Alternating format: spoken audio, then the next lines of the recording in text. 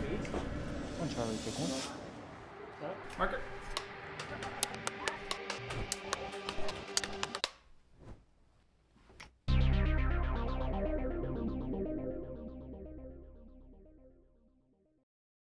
Thank you all for being here. Thank you to all of our volunteers. Thank you to our board of directors and all of our sponsors.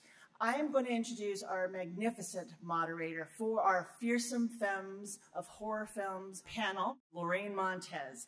Lorraine is a producer, line producer, screenwriter, and actor with 20 years of industry experience in narrative film, streaming series, commercial video production, and teaching film production. She is a Producers Guild of America member and a member of SAG-AFTRA. Please welcome Lorraine Montez.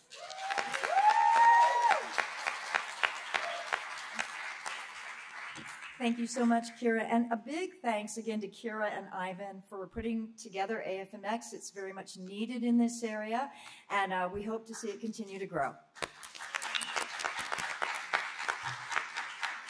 All right, you're not here to see me, though, so let's get on with this panel. So I would like to introduce our very honored panelists. I'm so thrilled to know all of them. They are amazing and genuine people. First, we have Scream Queen actor, director, and producer Deborah Voorhees, who works in film, television, behind and in front of the camera. She's also super funny. Deborah's acting roles include Friday the 13th, Innocent Prey with PJ Souls, Dallas, Riptide, Days of Our Lives, and many more.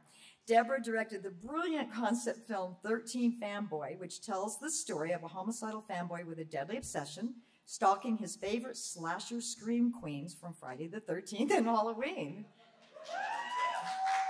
It really is brilliant.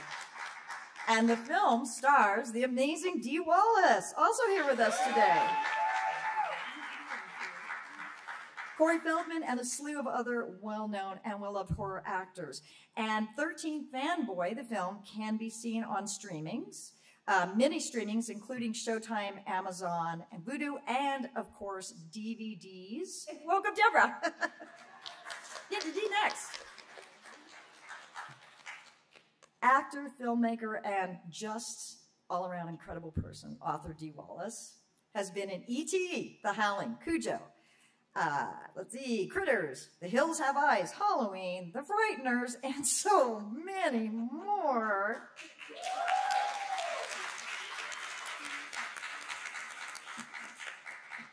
She has appeared in almost 260 films, 5 TV series, and over 400 commercials. She is in pre-production on several projects and is currently filming many more, including the horror film The Nix. You can also see her as Maggie Porter in The Legend of Cat Claws Mountain, due out in 2023, and in a recurring role on the upcoming limited series, A Deeper Look on Peacock, based on an unbelievable story. And the other thing that Dee does, which is pretty darn amazing, is she actually has a company called, it's a worldwide healing practice called Conscious Creation. I encourage every single creative in here to check it out. It's amazing. Welcome, Dee Wallace.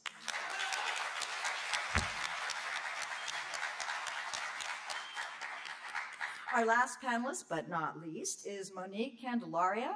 You've known her from Lovecraft Country. She is a New Mexico actor with deep roots in the desert. In addition to appearing on Lovecraft Country, she appeared as Lucy, the Denny's waitress in Breaking Bad Season 5, Episodes 1 and 16, and as the lead role, Angela Baca, in the film Sense, where she plays the mother of a mathematical genius. Monique received the Best Actor Award in the Minefield Film Festival in New Mexico and the Best Actor Award in the Denali Film Festival in Alaska for her performance in the film Driftless. While it's clear that Monique has many accomplishments outside of horror, she admits that her heart loves the world of horror, sci-fi, and fantasy. Her future plans include writing and producing projects that speak to her. Welcome, Monique.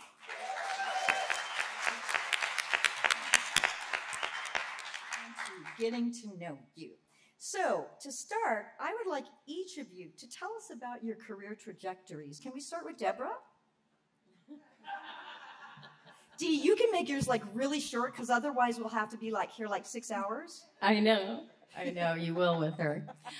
You know, I started out in Hollywood in the early 80s, and of course most of you know me from Friday the 13th. After I left for a while and became a longtime journalist with the Dallas Morning News and Fort Worth Star-Telegram, and loved that time. And I went into teaching, taught British literature and journalism, and was promptly thrown out of 2 different high schools for being in Friday the 13th. And so it turned out to be an incredible blessing because it brought me back to where I belonged in the first place, and that's back to filmmaking. Right, thank you. That's it? I'm trying to leave room for you. You could have talked for another half hour about your achievements. Where do I begin? Okay, so I was born in Kansas. I was a high school teacher in Kansas. Had never been out of Kansas until I decided to go to New York and find my fame and fortune as an actress. While everybody said, "Are you kidding me? Nobody knows you. You don't know anybody. Are you stupid?" And I said, "Thanks for sharing. I'm going anyway." Which is my message to you, whatever you want to do in this crazy world, in this awesome business, go do it. Don't listen to anybody else. They don't know. You're the only one that knows inside. So I went to New York. I became the commercial queen. I mean, this look in the 80s, well, actually it was the late 70s. Everybody wanted the blue-eyed blonde from the Midwest. And so in 2 years, I did about 300 commercials. I literally had $4 left to my name, and I had called my brother to see if I could borrow $1,000 from him when I booked the United Airlines commercial, and I did this. And I made $20,000.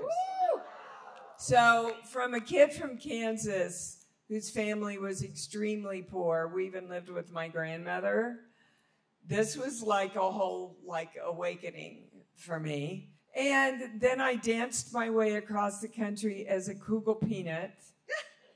I'm not kidding. It was a bright pink costume with big eyes on it and Cujo peanut butter. Cujo peanut with the cuckoo eyes. Ooh! That's how we ended the show. And I ended up in LA. I started out as a dancer, by the way. And then one of my friends from Uta Hagen's acting class was out there, and he said, "If you get me an appointment with your commercial agent, I'll get you an appointment with my theatrical agent." I said, "Done!" So we did, and we both got signed. And at that time, I've got to tell a couple of stories here because there's so much what I want to share with you today about taking your next step. So in Kansas, when you want to meet somebody, you bake cookies and you take them over to their house. Well, you couldn't get on the lots back then, so I did what we do in Kansas. I baked a shitload of chocolate chip cookies, and I put them in baskets, and I wrapped them up with cellophane, and I went to the guard gate, and I said, "Hi, I've got deliveries." And he went, "Yeah, okay, go on through." So I spent the day delivering my little cookies to all the casting directors. And the last casting director was Reuben Cannon, who was the head of casting at Universal. And he came out and he went, "Oh, chocolate chip cookies, my favorite. Come on in, let's talk for a minute." So I went in, and while we were talking, he gets a call from the set. The girl who is going to play the waitress, who has 5 lines with the guest star, was sick. And the scene was up next. What did he want them to do? And he covered the phone. He said, what size do you wear? I said, what size do you need, honey? I stuffed myself in that size 4, and I went on, and it was with Barry Sullivan.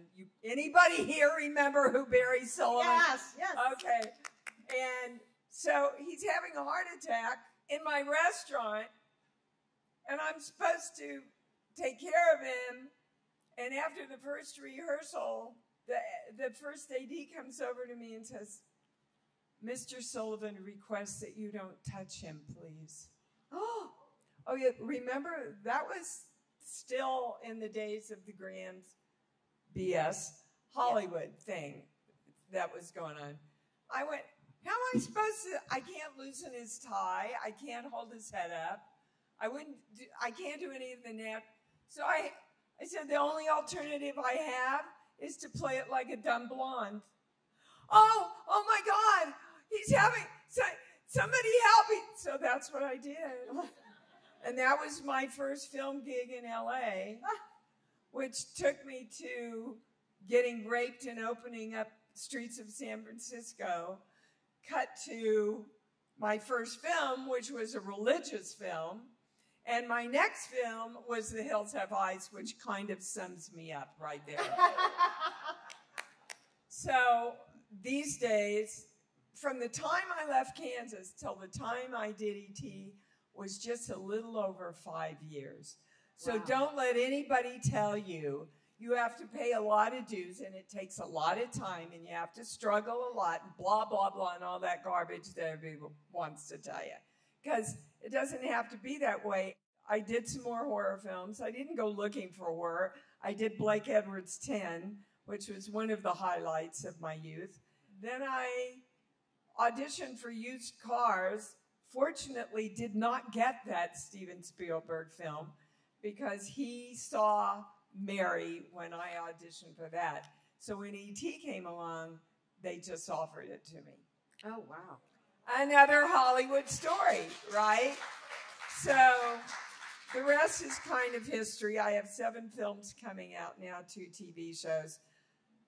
So those of you that are over 70, don't buy the BS that you're too old to do something in this business. Thank you very much.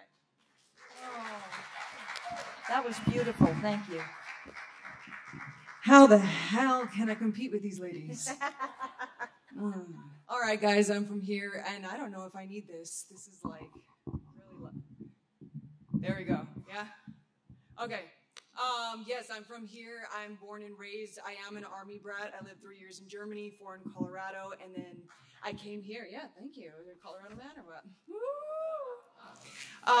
Woo! Came back here. My dad had a brain aneurysm, and that's the reason why we came back home to where family was. He did survive, but the only thing he remembered was his military training. So he would wake me and my brother up every morning just to work out, beat a bag, spar in the front yard. I was in Kempo karate. I'm very competitive. I love contact sports. I just like to engage with people overall. And then, of course, I love the arts, right? So my dad's tone deaf like you would not believe. So tone, but he doesn't have like a nervous bone in his body. So he's singing at the top of his lungs. And I remember looking over like, damn. There's no way I can sing worse than him, so if he doesn't feel bad, I should. You know, so what's good about that is that I just didn't have, like, those fears of performing because I was surrounded by someone who was very much adult but very childlike at the same time. So he made the most monotonous things a blast, and I got a lot of great lessons from him of, like, I got grounded for quite a while. It was a couple days, and I was in my room. My mom comes in, she's like, what are you doing? I was like, what do you mean, what am I doing? I'm grounded. And she's like, oh yeah, I forgot. Close the door, right? All right, when my dad comes in, he goes, so what are you doing? I was like, what is it? Like, I'm grounded, you know? And he goes, so there's nothing in here that you like? And I was like, well, what do you mean? He's like, you're in your room, right? Do you have things in here that you like? Well, yeah. Well, then how about you start doing them because she doesn't even remember why she grounded you. Again, it set the tone for for how I live my life. No matter where you are at in life, find the things that you absolutely love and find passion in, because whether it's in your bedroom or outside, you can't depend on other people to make you happy or to rely on those individuals to bring you happiness. So enjoy your surroundings, create, and make the most of whatever situation you are possibly in. So now let's go ahead and fast forward. So my parents do divorce. My mom didn't want my nose broken, so she took me out of all the combat sports. And I still have a knot, so we'll just thank the native genetics for that one. So then I end up going to college. I get a theater degree, emphasis in acting. You know, I'm going to graduate, and they're like, "Are you excited? Are you excited to graduate?" And I was like, "Not really." And they were like, "Why?" And I was like, "Because I'm graduated with no headshots, no reel, and no experience, because everything is based on your attendance. So if you missed a day, basically you were going to fail your class." So I knew what I needed. Honestly, Chad Brummett was one of my favorite teachers. If you guys ever have the chance, I don't even know if he teaches anything anymore, but honestly, like that last year, he basically gave me the rundown. Well, not just me, our entire program that last year was geared towards film, of how to be able to perform in front of one camera, multiple cameras, one-liners, five-liners, guest star, lead roles, and just small variances, guys. Like, honestly, it's... So anyways, I had gotten out and I knew what I needed. So I started doing background work and stand-in work, figuring out the set etiquette. All right, got this. So here's the thing, guys. There's a big difference between an actor that goes, "Pick me, I'm so good. Please, I'm so good. Do you want to see me cry?" Versus I knew, oh, I have this experience. There's a 48-hour film coming. I am not going to convince somebody that they should hire me. How about I put my own project together? So that's what I did. I remember, my bestie at the time was like, "You don't know anybody." And I was like, "Sure I do. I know enough." So what do? You're like, "All right, I got this wagon, guys. It has no wheels. I need wheels." And they're like, "Oh, guess what? I have this sound person. I have this film person. I got this going on." And before you know it, you at least have the bare necessities to be able to do a 48-hour film project. Now, we got it turned in on time. Am I going to say it's a work of art? Hell to the no. It's not wonderful. But what it did do is establish me within my community to be able to say, "Hey, look, I'm an active player, and I'm willing to play. I have a lot to offer, and we can make some magic. So how about we make some magic?" So by that summer, that's when I put together the 48-hour film festival team together. And by that October, I had landed my first role that made me SAG eligible. So that just goes to show that as soon as you establish yourself, people see passion. If you have passion for what you do, you will be seen. And people want to join on that excitement. It's just in our nature, right? Someone comes in and they're like, "Yeah, hey." You're like, "Yeah, hey, yo, what's up? Are we dancing? What are we doing?" And that's really what it was. It was the beginning of the dance. So my first film that I became SAG eligible on was Bless Mi Ultima. So thank you to Carl Franklin for giving me that opportunity to audition in front of him. But the role that I actually ended up becoming a must-join for the union was 1 year later, and it is Banshee Chapter. How many of you guys have seen Banshee Chapter? All right, there's a couple in here. So it's a spin-off of an H.P. short story, H.P. Lovecraft's short story. It was actually filmed 360s to be worn. It was one of the first films that was designed for the Oculus. And I was actually auditioning for something else, and I was outside, and Angelique Midthunder, if you guys don't know her, she's one of the main casting directors that's here. She came out and she's like, "Look, here's this role, and it doesn't really have lines aside from screaming, but and it does require you to be nude. Will you take a look at it?" So I'm like, "Man, am I gonna be that girl with my tits flying all over the place, doing something crazy, And no, the character is, where this character is nude it's dead on the morgue table. And so I was like, okay, no. This character was written for a blonde-haired, blue-eyed, 15-year-old Caucasian female. Guess what? Guys, I went in for that audition. She's like, "Here, you can use whatever you want. Go ahead and improv it." I'm like, okay. So I tracked it. I tracked what I was seeing across the room. Basically, that moment came and threw myself back into the chair. I let that guttural scream come out as if I was being ripped to shreds. I remember she was so startled that she was like, "That was amazing. You know that it's nude, right?" And I was like, "Yes, I understand." So I walked out, and everyone looked up at me like, "What the living..." So I was like, "Oh, that felt good." Okay. So I end up on set. Guys, anytime you're on set too for horror films, there's bound to get like things that go kind of crazy. So for this, yeah, they put, you know, blood underneath my eyes to make it look like my eyes were hemorrhaging. And at the time, I had contacts and can't wear my glasses. So it got a little bit in my eye, and it actually turned my contacts pink and looked horrifying. Oh. So I was like, ooh, this looks cool. And they were like, are you okay though? Does it hurt? And I was like, oh no, it's good. I'm good. Performed the whole night. It was great. Awesome. Get home. Don't even think about it. Go to pull out the contact. Whoa! A piece of my eye came up with my finger. I called my mama, and I was like, Mom, I'm pretty sure something came up with my finger when I pulled my contact out. And she goes, what? I'm 22 years old. I bring my mom to the eye doctor, okay? She joins me because I'm scared. I tell him, he's like, oh, no, don't worry. You know, it's just probably just irritated. I was like, you do not understand what I saw. Yeah, I was like, I swear I saw something. So he gets a Q-tip, and he puts it next to my eye, and he twists it, and a whole flap of my eye goes over the Q-tip. So yeah, the sugar inside of the blood glued the contact to my eye and ripped the outer layer. They should have known that. Yes, they should have. Right. Yeah, so it happens. I felt like it was my fault because they were like, hey, like, are you all right? And I said, okay, but I did not think about it. So luckily on the other one, I used a hot rag to de-glue it from my eye. But yeah, that was my initial one. The first lead role I had was in Fergus Falls, Minnesota. I got to perform with Brad Dourif, which is the voice of Chucky. So I was so stoked, guys. But basically, I had done a sci-fi film festival, and someone that worked with me on that was doing the website for this horror project. And they were like, look, we need a hot girl, but a hot girl that can like still be tough. Like, you know, and I wish you guys could have seen the demo because it had one of those ridiculous lines like, you're next, bitch. With a sawzall of all things, right?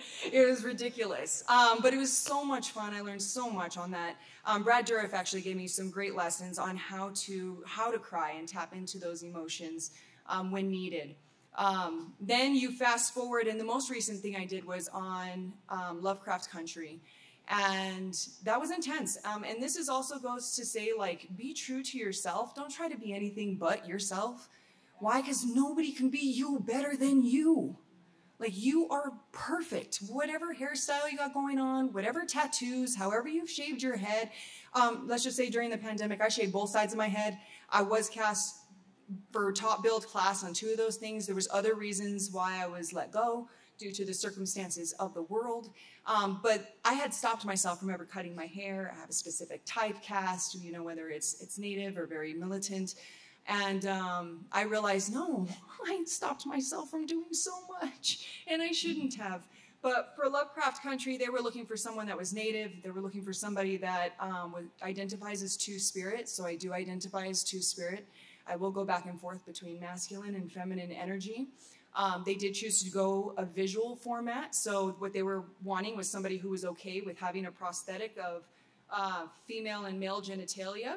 So also going in to get casted of my head and my body was an interesting experience because you basically just have 2 little holes that they leave so you can breathe. And if you move, you can ruin your mold. So I actually I'm not claustrophobic, thank God. But even for that, they also told me, so how are you in water? Guys, I'm a desert girl, okay? Like, I mean, seriously, my swimming pool was a trash bag with a hose inside of it. Personal swimming pool. So I told them, look, like, I won't drown, but I wouldn't say that I'm a fish. And they said, don't worry about it. We'll get you evaluated. We'll get you whatever lessons you need, and we'll go ahead and send you out there. And, you know, to be evaluated again before you get there. And I was like, all right, that's cool. But really, they weren't really, I mean, granted, okay, guys, I got back here. They were like, we're just going to end up doing it in Atlanta. So I actually got a hold of my sensei that was my master for Brazilian Jiu-Jitsu. And I was like, do you know anybody who can teach me how to swim? Because there's no way I'm going to Atlanta and never taking a swim class in my life and then trust myself. Like, I'm not going to put myself in danger. I'm not going to make other people, you know, suffer consequences unnecessarily because of my lack of knowledge. So what do? You get trained. Do not hesitate to get what you need, especially if you're cast for something. So anyways, I ended up training with him. I got over there and I passed with flying colors, right? Yes! Guys, what they were asking was, are you claustrophobic? We were performing in a 24-foot tank with only 4 inches of air above your head. It was so dark that your arms go out and you couldn't see past your fingers. They're like, stay right to the camera. And we're like, we can't see the camera. They're like, it's okay, just keep swimming. We'll tap you when you can come up. You can tell how passionate she is about everything she's done. Thank you so much. Dee, what do you feel horror films reflect about society today, or do they reflect anything? I think they reflect our own fears. And if it's interesting, guys, if you Google positive effects from horror films, you will see all the positive things watching horror films do for your brain and your psyche. Wow. It's really interesting. I invite you to go do it. Well, look at, for example, all the Disney films. They all have an evil, horrible character in them so that children can sit in the safety of their own home with mommy or daddy or grandma and work through their fears of being afraid of being out of control and big scary things. We're doing the same thing when we go to watch the end of the world pictures. We're doing exactly the same thing.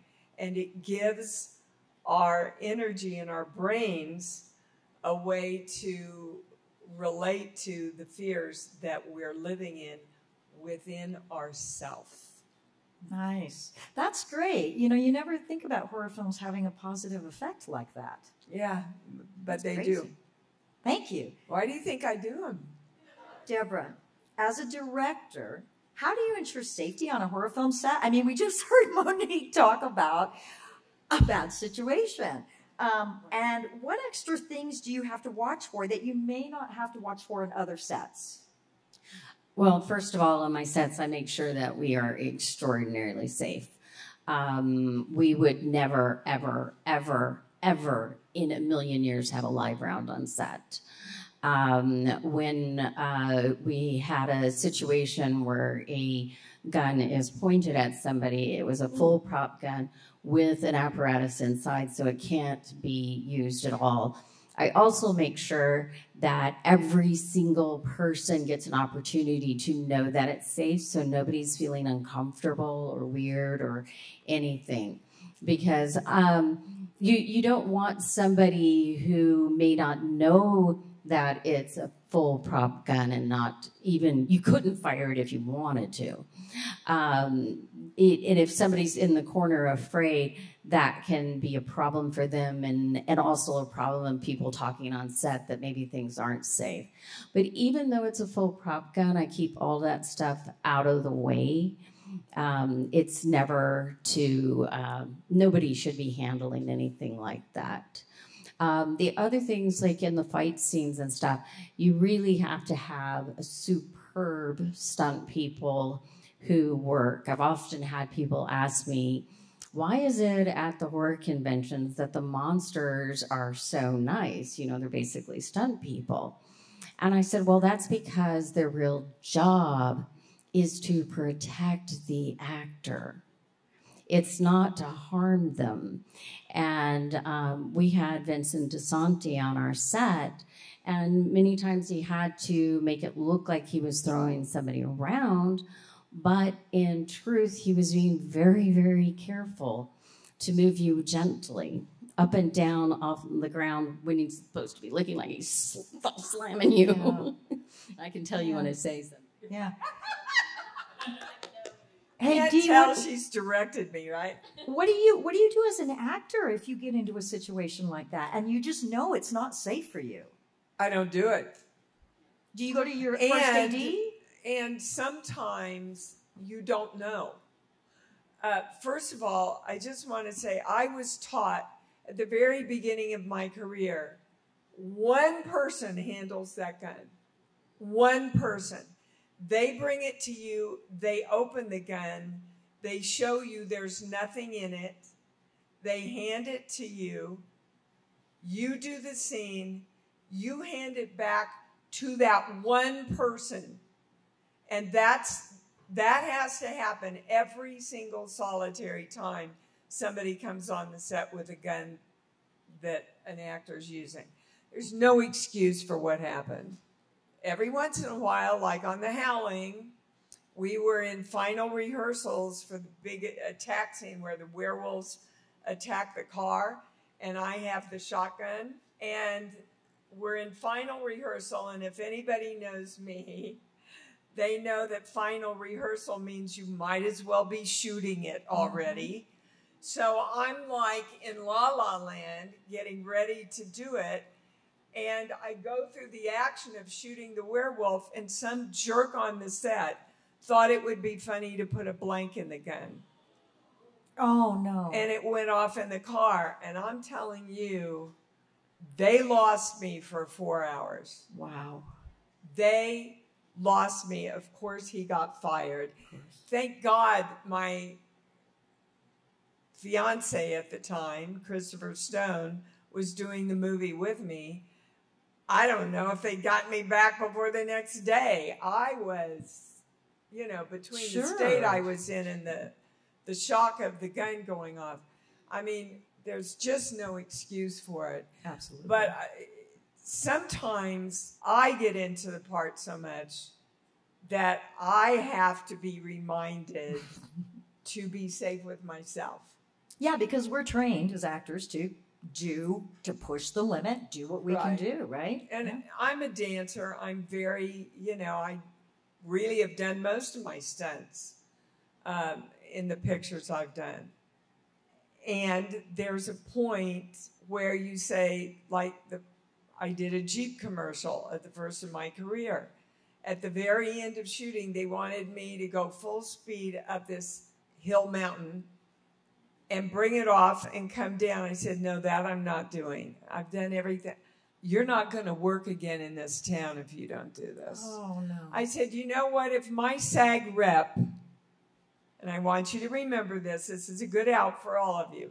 If my SAG rep comes to the set and says I can do that, I'll do it. Because I knew they wouldn't. And they didn't. So they brought this stunt girl in. She went up, came down, the car rolled, she broke both her legs. Oh. So you can't allow yourself to be intimidated. You do as much as you know that you can do well and safely, and then you say, no, sorry, not going to do it. And if Dee had done that and broken both her legs, they would have had to stop production. Right? Or at least postpone. I would have made a lot of money. But no director at any time should ever do that to their actor. Absolutely. Or their crew. No, or the their crew. crew. No one. Absolutely not. I have had 2 cinematographers killed because the director wanted the camera to come so close. The car to come so close to the camera. And now we have all kinds of, rules in place that can't happen. You know, but that's back in the days when a helicopter chopped off 3 people's heads on set, if you remember. Yeah. Well, Dee, also, there was something that Stu was saying earlier that you touched on, which I think is very important. Remember, you always have your union reps. That's why bringing the unions here are so very important, because part of their job is to protect you and to give you the out so that you, as an actor, don't have to deal with an assistant director who may be very dangerous in telling you to go do XYZ because it's going to look so cool. There was a situation where Haley Greenbauer, she played lead opposite Dee. Oh my gosh, she's so talented. She came in for the Indiegogo video, and that's when I decided that she was definitely who I wanted to work with. And there's this one point that she's supposed to jump off of a cliff into a lake. I went out there several times. I made 1,000% certain that I knew exactly the spot to jump and that everything was fine. And I kept asking her, just, you're not joking with me, right? You really can swim, because this is deep. You know, don't lie to me about this, because we need to change it if this is the case. But she didn't lie. She did know. I told her, I said, I promise you I will get you to this spot before it's dark so we can go over it and look at it and make sure you're comfortable. And if at any time you're not comfortable, you're in charge. You stop. Don't do it. There's no pressure.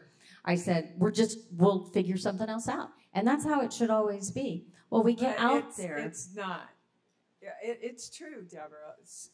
Most directors will push you as far as you feel guilty enough to go. Oh, that's a great way of saying The bad news was I didn't get to her there before dark. But I told her, I said, you know, look, we will come back and we will shoot tomorrow.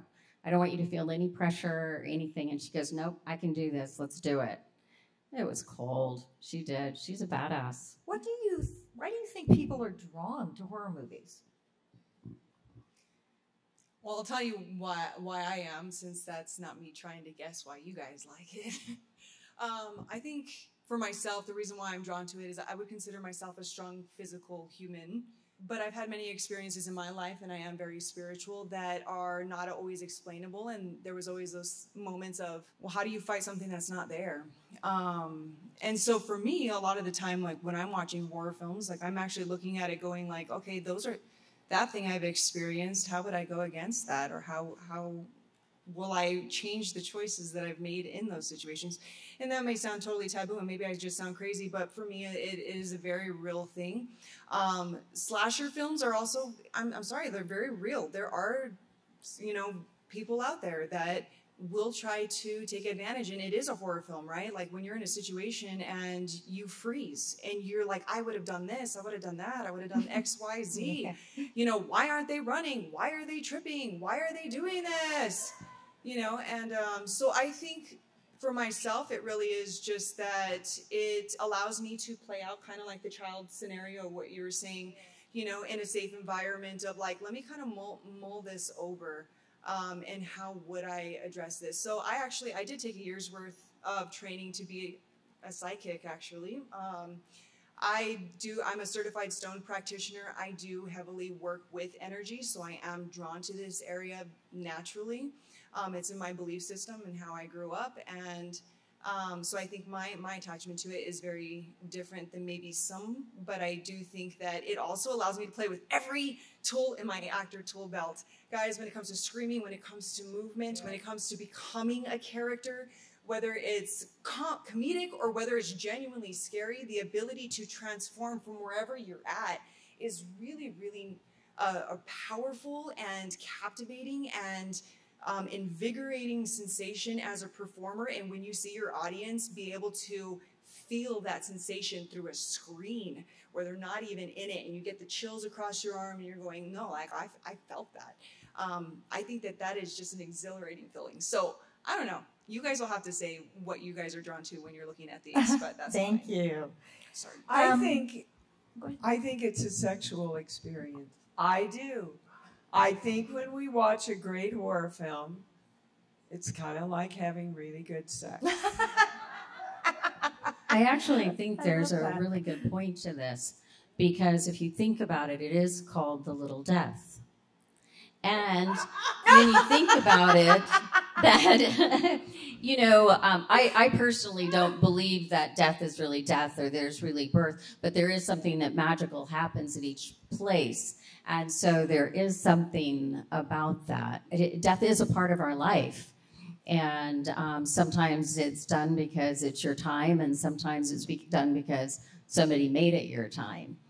When we could go into a horror movie, like you were saying, and you get to have that safe scare without it really being scary, you get the adrenaline rush and stuff. I mean, I have thrown my popcorn in movies before, you know, jump scare and... So we have a rule when my husband and I go out, he has to hold the popcorn. That's awesome. I'd like to move on to horror films, past and future. Dee, which horror film was the most challenging for you to act in, and why? Cujo, hands down. Yeah. I Because of really the dog? invite you to come watch it again tonight if you haven't seen it for a while. It's That's such a good movie. thank you. Yeah, it's my favorite film. Of course, I love them all, and I love E.T. because not E.T. But Cujo just asked me to go further than I've ever gone before.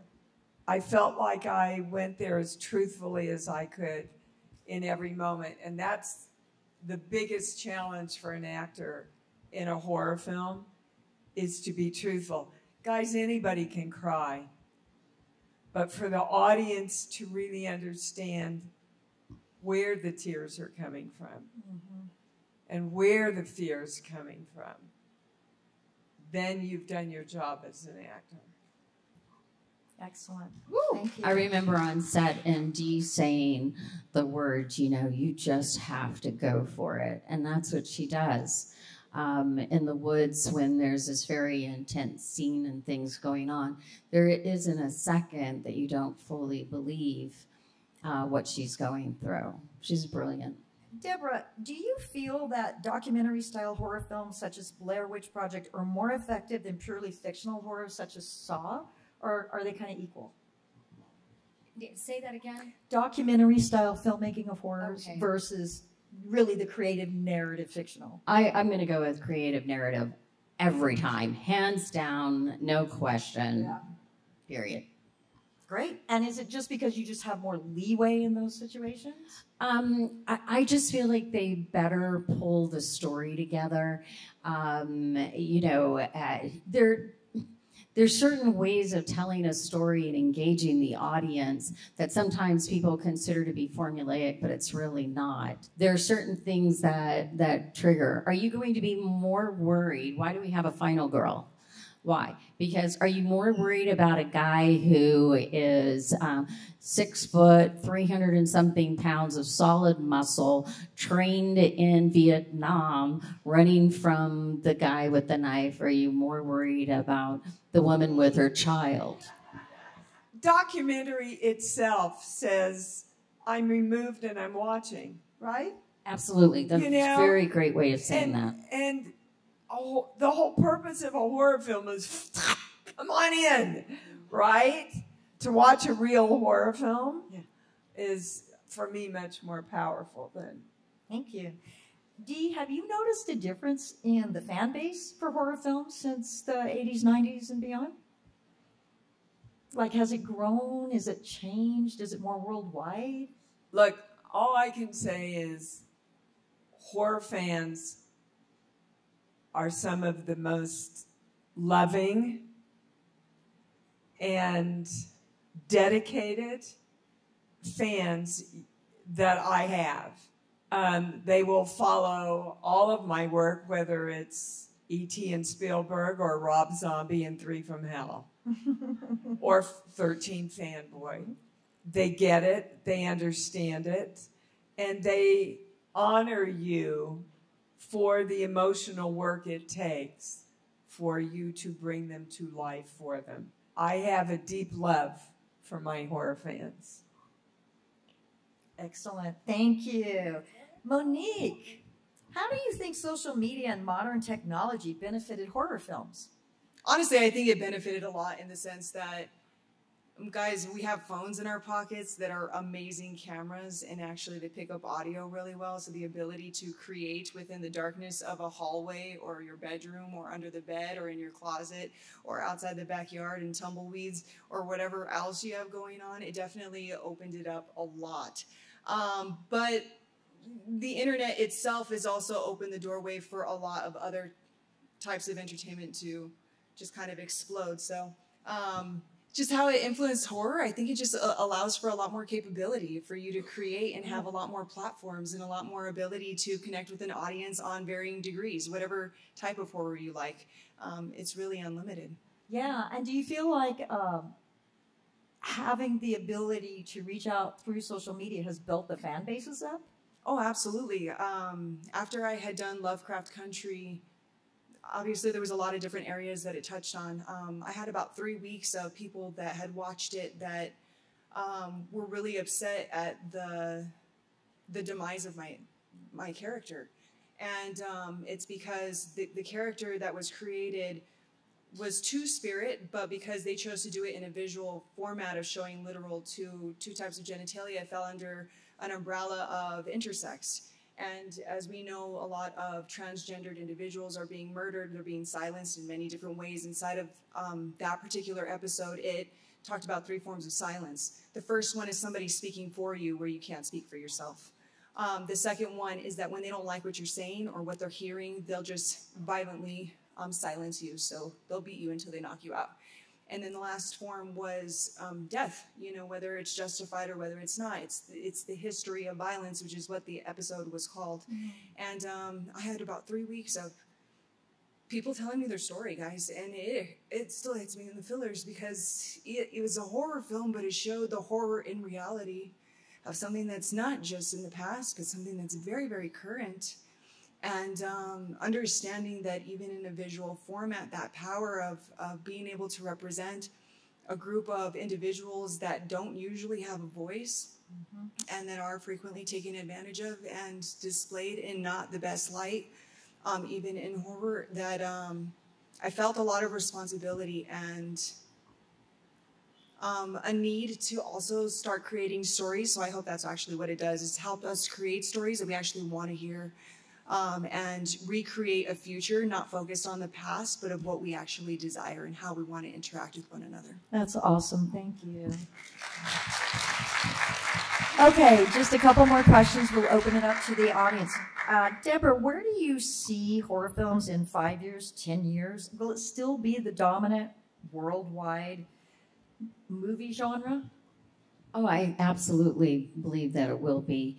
We're talking about something that goes to our most visceral fears. And that is something that will continue to be important.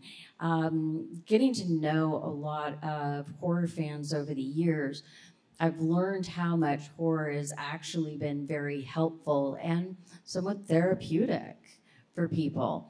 So there is something exciting about gathering in a movie theater and all jointly getting scared together. I mean, when there's a really great jump scare, what do people do? What do they do in the audience? You laugh because you're like, oh my gosh, I can't believe that just got me, right? And so it's a community thing. I can't imagine.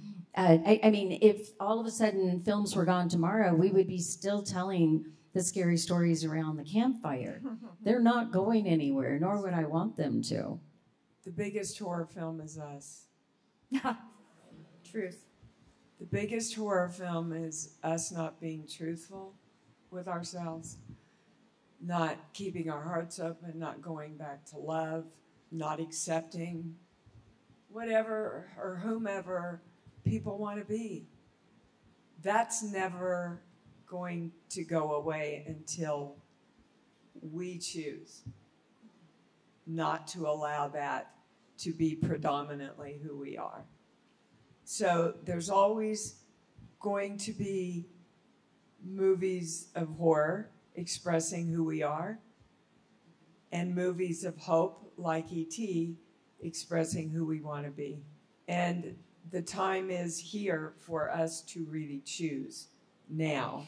And if that means a demise of horror films, I'm all for it. Oh, Dee, that was beautiful. Thank you. There's, you were asking about horror in the future. What I would like to see more of, I personally believe that we're all one. And it is a mistake to think that the monsters aren't a part of us. We're part love, we're part monster, we're part everything. We can't fully hate the monster. I believe that at some point we have to fully embrace the monster, and that is what will ultimately bring us to that love place.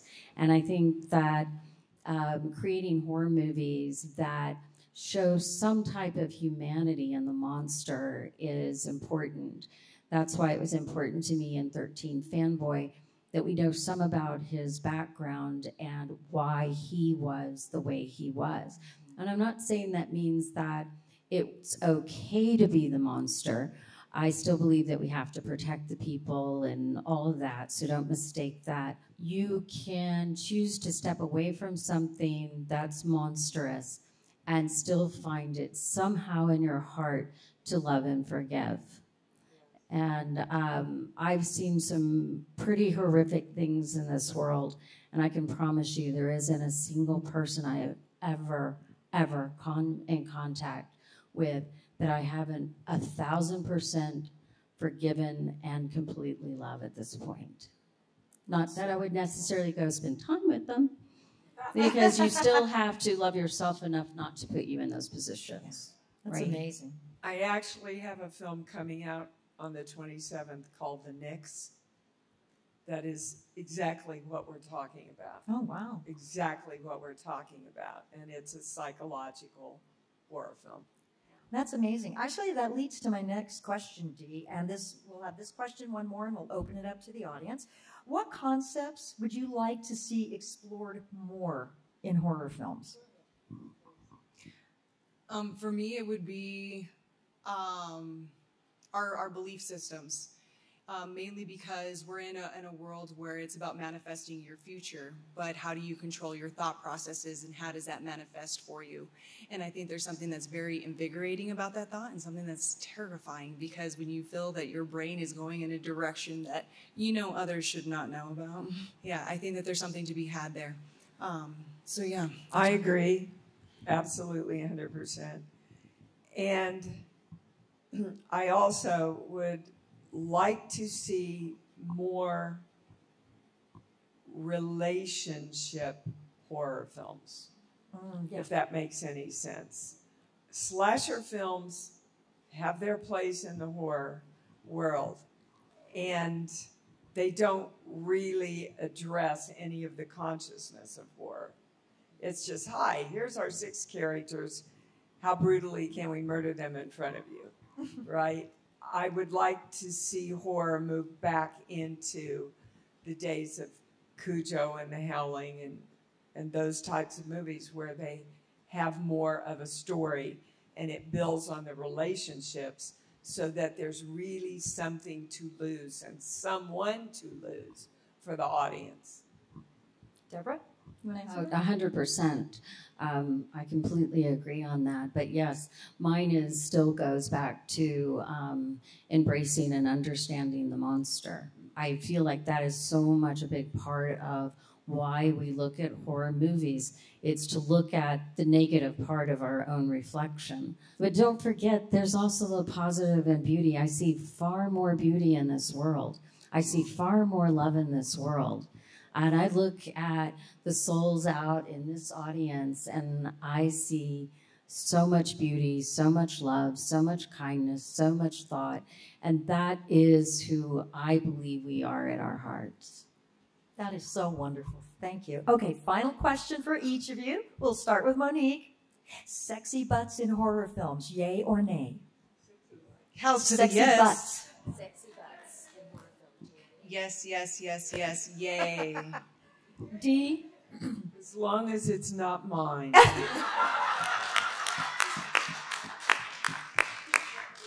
I'm for it. However, I will give one little caveat here. I want to see way more men's butts. Yes! That is so awesome. Oh my gosh, I'm just freaking out with you guys here today. This is amazing. And Friday the 13th scared, I saw it at a drive-in and it scared the bejesus out of me. And then I kept going back and I thought, what kind of mother takes her 10-year-old to go see these in a drive-in? Apparently mine did. And I loved them. I loved all of the horror of that time. And so anyway, but just I have 2 questions. Horror has evolved. You brought up, Dee, this sort of like slasher film thing, but there was a time in the 90s and continues of where I call it torture porn. It was horror that was just, like you said, how many different ways can we show this? And then I lost interest. You know, I didn't want to watch that anymore. I long for the other stuff. So I guess my question is, how did you feel as an actor, during that time? And then the second question is, I really want to see relationship horror, as you said also, and I'm sorry if this is sexist, I think women have to be the directors in this, and I'm really looking forward to watching more women direct horror and see where they take it. So how are your feelings about that as well, supporting women, or how can we support women as directors and producers, et cetera? The thing that I would tell anybody who wants to direct, and I do believe that it's very important to have more women directing, is to get out there and direct. I didn't ask anybody's permission. My first film was my backyard indie that I did on a no budget. It was called Billy Shakespeare, and it was a what-if comedy about what if Shakespeare never existed until now and how he would navigate Hollywood. I made so many mistakes on this thing. I'm also very proud of it. It was basically me going to film school and getting all my buddies together to try and get this thing done. And that's really what you have to do. You have to show people that you can get it done. And I jumped in not knowing what I was really jumping into or how huge it was. Because if I did, I would have made it, 3 or 4 settings. And no, I had massive number of settings, massive cast, massive everything. But I'm so glad I did. I love to jump off the cliff. That's what I encourage anybody to do. Jump off the cliff. Don't ask the boys for a job. Make your job. Make it happen. Yes. And then give the boy a job. And a lot of girls, too. To answer your question to me, see, I did all the good ones. I did. I know, and I've always known what I sell. I don't sell tits. I don't sell sex.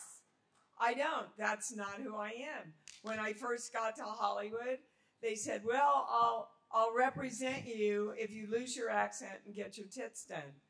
I said, I don't sell that. I always knew who I was. If the script doesn't have a heart and doesn't have a soul in the character and doesn't make a statement about something that's important to me, I'm not doing it. The Howling was about the light versus the dark in all of us. Cujo, how much would a mother's love go to for her kid, which I watched my mom do my whole life. Those parts meant something to me, right? And if they didn't, I passed. Okay. I will say that I appreciate all the women that were in horror in the past that allowed themselves to be vulnerable physically, breasts or TNA. Because in my experience, even when I did Banshee Chapter, and that was the first time that I was topless on a morgue table, I went to go see my, on a morgue table, but my grandma was like, you know what, Mija, I watched that movie. I said, you did? She goes, yeah, I rewound it 10 times. I thought your tits were much bigger than that. Oh. But Grandma was on my back. That doesn't count. But it wasn't seen as something bad, guys, and I do have to say, like, even for the part that I did on Lovecraft, yes, can you type my name in and put nude, and it would show, but I'm sorry, we enter this world naked and we're going to go out naked, and this is definitely what we got going on, so how about we embrace it as a part of our palette? And I'm grateful for all those who did just that and embraced a story, and the story meant more than just the tits and ass. So. Okay, so Lorraine, we have a question on this side, and then over here. Hi, I'm a writer, and I totally agree, with your notion that, interpersonal relationships between the characters are, what gives these movies stakes, and what draws, and where the tension gets drawn from. The thought of losing them or watching these relationships generate things like that. But my question for you is, when you're considering a role, when you go in, you're reading a script, what's the main thing that you look for in that role, that draws you to saying, I want to play this character, this person's me, I'm going to be this person? Is it the amount of fun, or is it character depth, or I guess it's a question for all three of you. It's a real short answer. If I read that, I know her, and she takes me over, then I have to do that part. You know, the thing is like, I'm all for science, guys. And the Banshee chapter was one of those things where you were being experimented on with DMT, and I've always been captivated by other worlds, other dimensions, and other ways of being in this realm. So for me, like, it was absolutely the scare factor of when you are incapable of doing that, what happens to your physical body? Well, I'm from the director end. Obviously, I've done acting as well, but that's not where my heart is. I like being the boss and telling people what to do. But for me, well, it's true. But I do it nicely, right?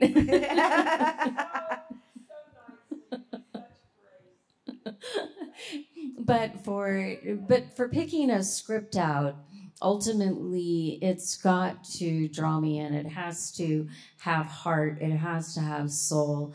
And I have to start falling in love with the characters, and I have to start seeing them moving and walking.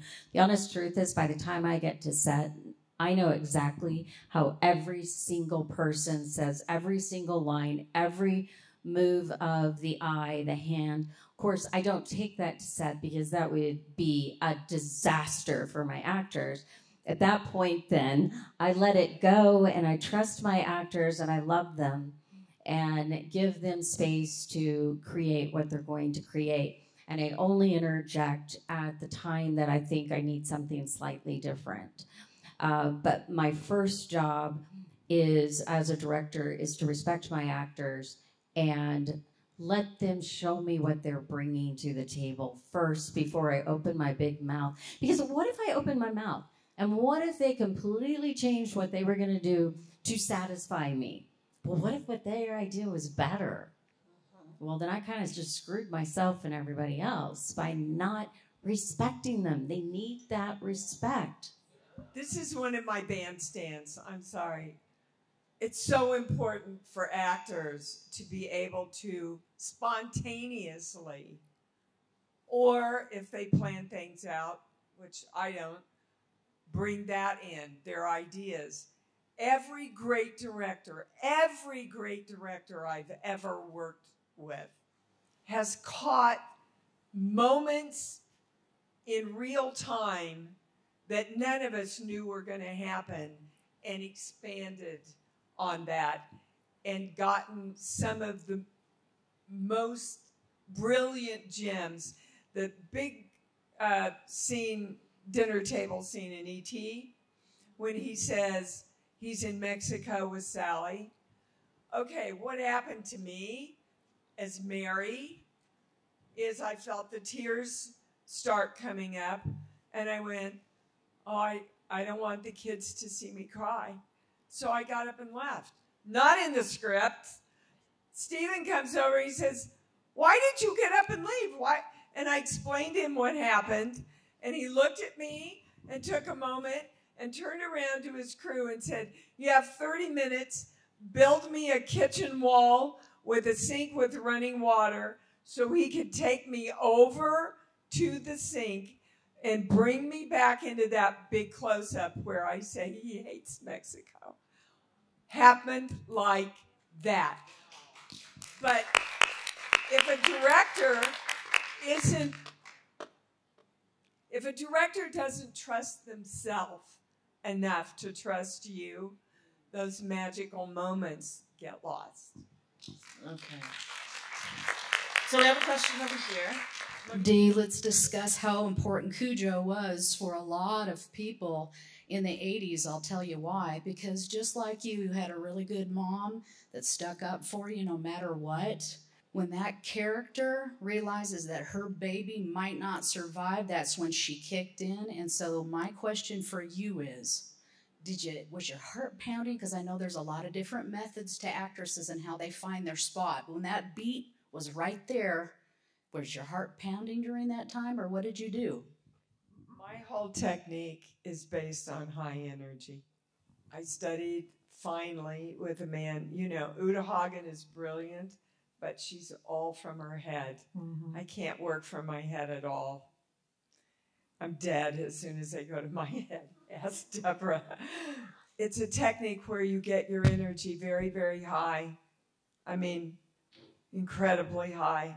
And then throw it all onto the character that you're working with, or the dog, or the werewolf, or whatever it is. So it's literally what happens is you become a channel.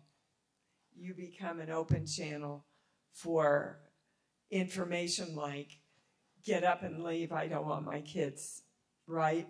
And laughing at penis breath, which if I had gone into my head, I went, well, you know, a mother would, no penis breath talk, but that's not what happened to me in the moment. My heart's always pounding when I act. That's the shortest answer I It was can. perfect. Well, it was powerful, and it just made me love moms even more. My mom was already dynamic, so yeah, you made life more positive back in the 80s. Thank you, sweetheart. What a beautiful comment. Thank you. We have a question over here. Well, I'd like to ask all of you, whether it's director, writing, acting, where would you like to see the trajectory of women in horror films in terms of diversity, the dimension of the character, and the empowerment? More dimension to the characters of women in horror. And I just want to get your thoughts in terms of where you want to see that down the road. Okay. You know, I'm seeing more and more of that, strong women. What I want is to see women in all their different sizes, shapes, colors, emotions, types, as opposed to, you know, way back in horror, it was, you had the sexy girl, the mom, the grandma, and there wasn't a lot in between, but women are every bit as complex as men, and so that's important to put out there. But I'm seeing it more and more in all the films. I have a godson named Colin, and he one day asked me, he's watching a show, and the woman was very weak in it, and he goes, why is she acting like that? He goes, women are strong. They're fierce.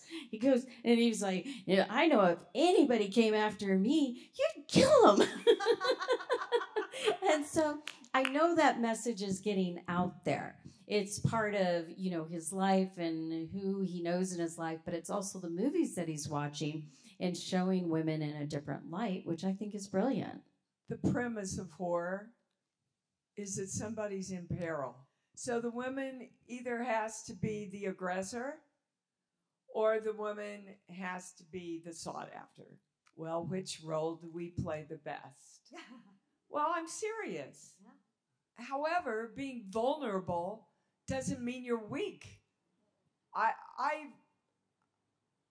wreak vulnerability in my roles, but I'm a strong woman also. So I think we can't get too heady, is what I'm saying, about where women go in horror films. Yes, we want to direct more. Yes, we want stronger parts. And ultimately, in horror, somebody has got to be in peril. Otherwise, the genre doesn't work, right? Okay. I mean, I'm coming at it, I'm obviously a minority, guys, and I'm obviously, well, a female. And I've been cast, like I said, for roles that described a blonde hair, blue-eyed, 15-year-old Caucasian female when I was clearly none of those things. So for me, I feel that it's already in a progressive movement towards embracing all people of all types and also not putting them too much in a stereotype of being an incompetent native where suddenly I have no words and can't think for myself, or being just feathers and leathers, or, being a vulnerable female. The control group, I'm one of the ones that actually captures the college students and forces them to be part of an experiment. And then I realized how wrong it was, and then I try to help them out. You know what I mean? So I think, honestly, we all need to strive towards not seeing things as male and female, but realizing that all of us actually have the ability to tap into the energies of both and bringing both aspects of that and embracing yourself as a woman and embracing yourself as a man. It shouldn't really be one or the other. It really should be all. As far as bringing in relationships in horror, I think women might have more of an idea of what we would want to see in that. So I would like to see more writers where I get to maybe read some of those scripts and myself even write them. So I do have a couple of things that I'm personally writing which do deal with more spiritual aspects and how we have our relationships with one another. So I think we're all unintentionally on the same page. So we have time. I just have one thing to add real quick. And I want everybody to know I'm a spiritual teacher. I have 40 years of a spiritual practice. Maybe a lot of you don't know that side of me. You're right, go for it. Go ahead. Oh, hello. Hola, my name is Leandro. I'm an actor. Well, yeah, building my portfolio right now and everything. I would like to impose some theory here. You know, I love horror. I like thriller. I would like to impose a theory of futurism. You know, my pronouns. Can you move your mic just closer? Oh, futurism. There you go. Futurism because my pronouns are he, they. And when I look at horror, my question to you guys is, have we achieved gender neutrality? Or have we yet to achieve genderlessness in horror? And I think maybe you could broaden that question to say, kind of, where are we? It seems to me like horror tends to lead the forefront. Deborah, you and I talked a little bit about that. Right. As far as genderless, I don't think that will ever be what we are because we are different genders. I do happen to believe that we are way different than just the two, and the science is supporting it. I looked into it because I was kind of curious because I'm hearing the kids talking different than what they talked about when I was growing up. And I thought, well, I need to try and understand this. And I ran across in Scientific America, it was analyzing several studies on humans and their sexuality. And they were looking scientifically at it at the chromosome level. And they found that there are people out there that we would identify as women because they have breasts and the vagina and everything, but they actually had XY chromosomes. We know that we have people born with both genitalia. And so I think it would be foolhardy for us to say that there aren't people. It makes sense to me now, and I understand what they're talking about when they say fluid. I mean, it was fine with me already because, I mean, whoever you are, I'm going to embrace you or I care about you as long as you're not trying. I mean, I'll still care if you're trying to hurt somebody, but I'll try and stop you. You know, I don't think it's that we need to be genderless. I think that we need to just allow people to be who they are and not judge them, whether they judge or label or anything. Yeah, absolutely. I mean, this has been around forever. We're just starting to understand it and try and, I think it's difficult for people who have a very set mindset and they've never stepped out of that. There's a lot of fear involved with it. They don't know how to handle it. It's confusing for them, obviously. It's puzzling to me because it's hard for me to understand that because I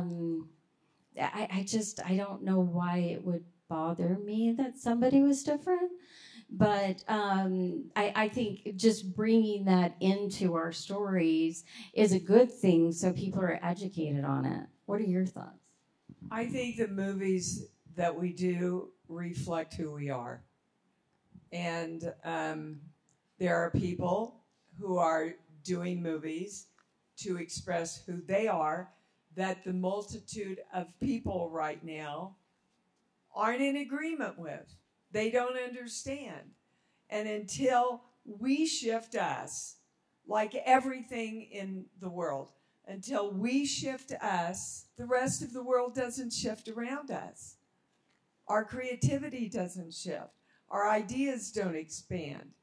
We're not open to new inventions until we get ourselves into alignment with not saying, you know, I'm black, so I should have this part. Or I'm white, so I should be in that part. Or I'm a guy, so I should be able to play this. Or I'm a gay person, so I should. The more we delineate ourselves, the more delineation we create. Hey, Dee and Deborah, could you do a horror movie called Labels and explore all that for us, please? Because what you're saying is absolutely right. And Dee, as far as what you're talking about, it's a reality you create, right? We don't have to live in someone else's reality. We're creating the world. Guys, the world isn't creating us. We are creating our reality. And it starts within absolutely every individual person.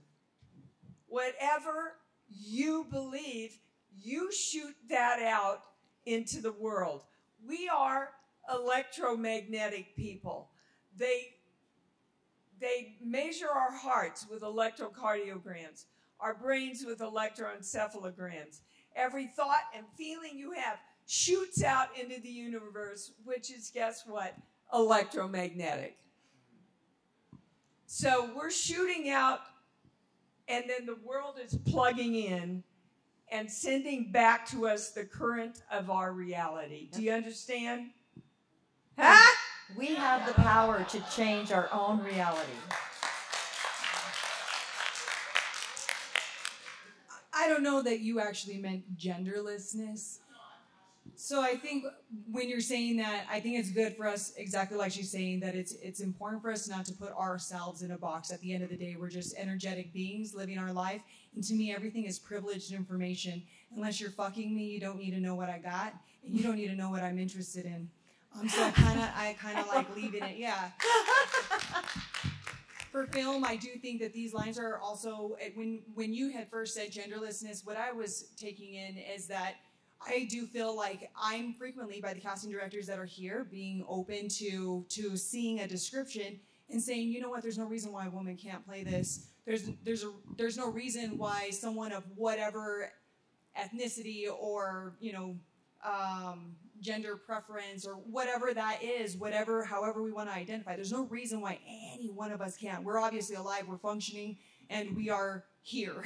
So we're a part of some story, and there's no reason why we can't be a part of the story that's there. And so, yes, I do think that stories are going that direction, and it's important that we keep going there. Thank you. So, Lorraine, we have time for 2 more questions, and I'm going to take this and this person right here, okay? While she's getting the mic, I turned to Deborah and I said, don't you think most monsters are genderless? If you think about it, yeah. Most of the monsters are genderless. It's true. Unless they're playing a rape victim or somebody like that as a human monster. Mm-hmm. But monsters don't have a gender, as far as I know. Okay, you're on. Hello, everyone. Oh, Jesus Christ. So I've grown up on monsters. Wow, I gotta hold this really fucking far away. I grew up on monsters, and I've been influenced by the people who've been influenced by the early Universal monsters coming up. And then they've been retelling those stories where, say, like in Monster Squad, you have Frankenstein, who's all of a sudden a good guy, and he's caring for the children and things like that. And then that evolves further on. And then, so when you were talking about more stories with monsters and discovering who the monsters are, usually when I write something, what do you think about the genres kind of combining and then kind of like making spoof? Cabin in the Woods, for example, taking all these tropes and then just like turning them on the head. What do you think of stuff like that? I think it's brilliant. I did a wonderful comedy horror film called The Frighteners. Oh, yeah. Frighteners was amazing. Yeah. Critters has a lot of horror in it. I mean, humor in it. So I think if the filmmaker knows how to do it well, it's absolutely brilliant. Absolutely. I mean, one of my all-time favorite horror films is Edgar Wright's Shaun of the Dead. Yes. I mean, it's just hysterical. So, yes, I love melding the two. Well, and you always use a little bit of comedy and horror anyway, right? Because you need to have that audience loosen up and be ready to move into that next segment so you can build that tension again. And to me, guys, art is art. we should not even be saying like why something can't blend with another thing. Let's create it all. There's going to be an audience for it, so don't stop yourself. You want to create some comedy, create some comedy. You want to create some horror, let's make some horror. You want to combine the two, please, let's play.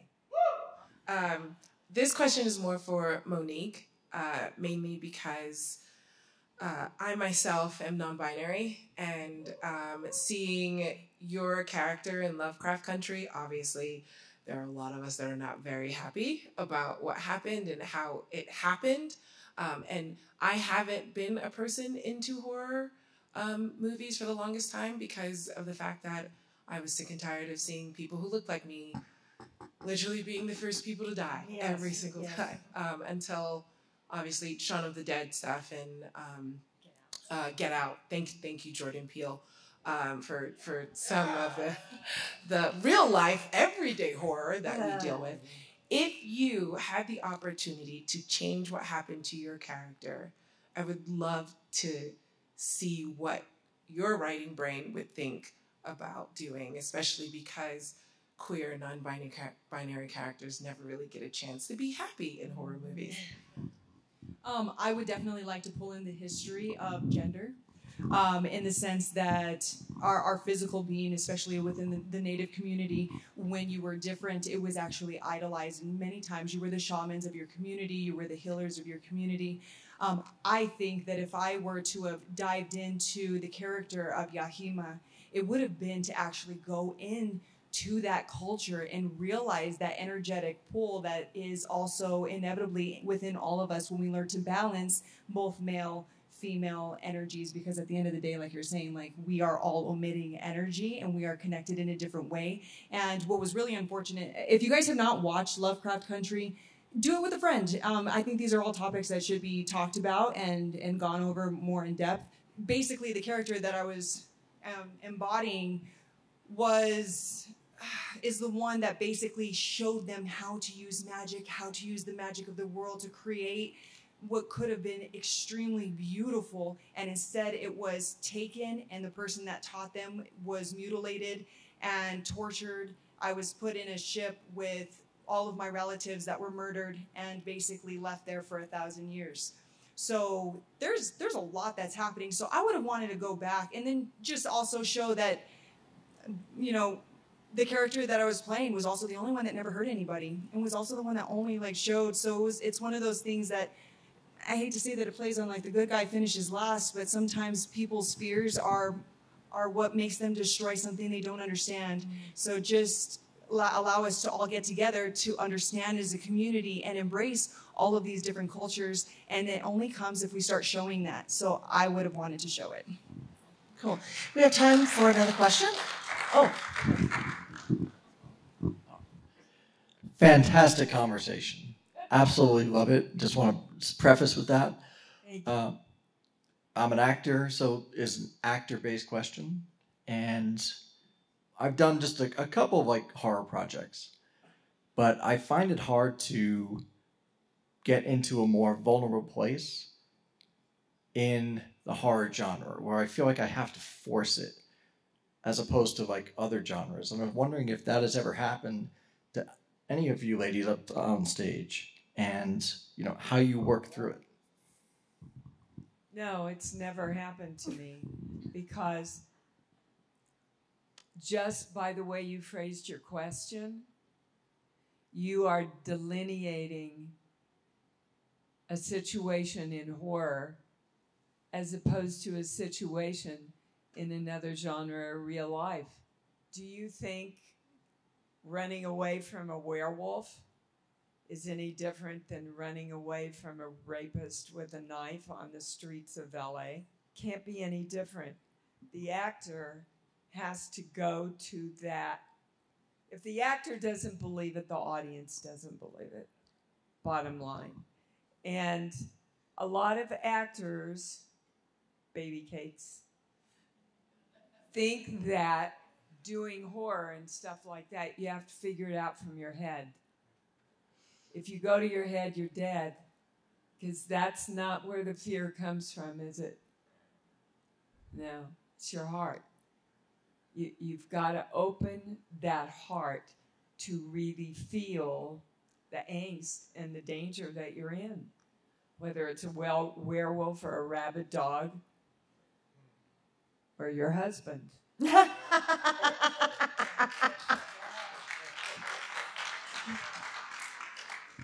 I'm going to go back to the fact that we're human, and it doesn't matter who you are. You've experienced every emotion there is, whether you wanted to or not. So whether that's fear, lust, happiness, anger, grief, those are all things that we will go through. The only difference between yourself and the character that you're playing is how long you stay within that certain emotion. So exactly like she's saying, you know, yes, you're reading it and you haven't had a werewolf come after you, but there are scenarios where maybe you felt attacked in some way. Identifying where that is in your body. Where does that sit? Where is the authenticity? You know, that way you can authentically start to get yourself into that spot and trust yourself that when these things are coming at you, you will absolutely feel it. And so again, yeah, when you're in it, and you don't think about it. And when I see something coming at me, in my mind's eye, do see something coming at me, and it's not fabricated. So I've seen other actors go to the extreme where something that should be scary ends up funny unintentionally. But I think it's also knowing yourself and trusting yourself. So, Deborah, can you answer that? Dee, I'd love to hear you. And then Deborah, can you answer that from a director point of view? Let's say, is that Tom? Hi, Tom. Let's say that you've cast Tom and he's having a really hard time getting to the heart of that vulnerability. What do you do as a director to help bring that out in your actors? Well, I've had this situation before. I mean, you know, sometimes you do end up with an actor on set who, I always videotape my auditions because it usually weeds out people who are nervous in front of the camera. But I have had a situation where it didn't. And they were fine in the audition camera, but once we were on set, I mean, I'm telling you, you were dead in the water. So much so that I was almost to the point of pulling the plug until I could get another actor. It was so bad. So instead, though, what I did was I teamed up with my lead. It was a small, independent kind of art, dark horror, you know, dark comedy, really, kind of twisted about a socialite who was fascinated with the concept of murder. And one of the actors was having a very difficult time getting to any place that felt authentic. And so we basically teamed up, my actress and I, on how to, we noticed that the only time he got authentic response from him is when he was given an authentic emotion from the outside. And so when I needed him to be angry, I got him pissed off. When I needed him to be vulnerable, I made him cry. And I had talked to him beforehand because I knew he was a new actor and stuff. And I said, look, I will help you get there so you will look better on camera. But and we'll hug it out at the end. But I said, you might genuinely be angry at me for the moment. And he was genuinely grateful for it in the end. It was the furthest I ever had to go to get a performance from somebody. When I needed him to be surprised, I had my actress do something surprising for him. And this isn't necessarily a bad thing because as actors, if you guys can work together and help each other out. I remember being on a film called Voyeurs, and I was new to acting and I was very nervous. And all I needed to do was to give a really big smile and everything. And the guy I was acting next to knew I was nervous. And so bless his heart, without me asking or anything, he just gave me something right off the bat. And he got some lemon and then threw out the lemon seed out to me. And so, you know, that's not a bad thing. This one was particularly difficult because it was every single scene and every single thing rather than like a quick moment to kind of like break the ice kind of thing. But yeah, you have to, you may have to really pull it through. But mostly you hope that you've hired somebody magnificent you don't have to worry about. That's awesome. Okay, unfortunately, we're out of time. However, if you would like to hear more from Deborah and Dee, please remember to join us for Cujo because it's an amazing movie anyway. And let's thank our fabulous Fearsome Femmes.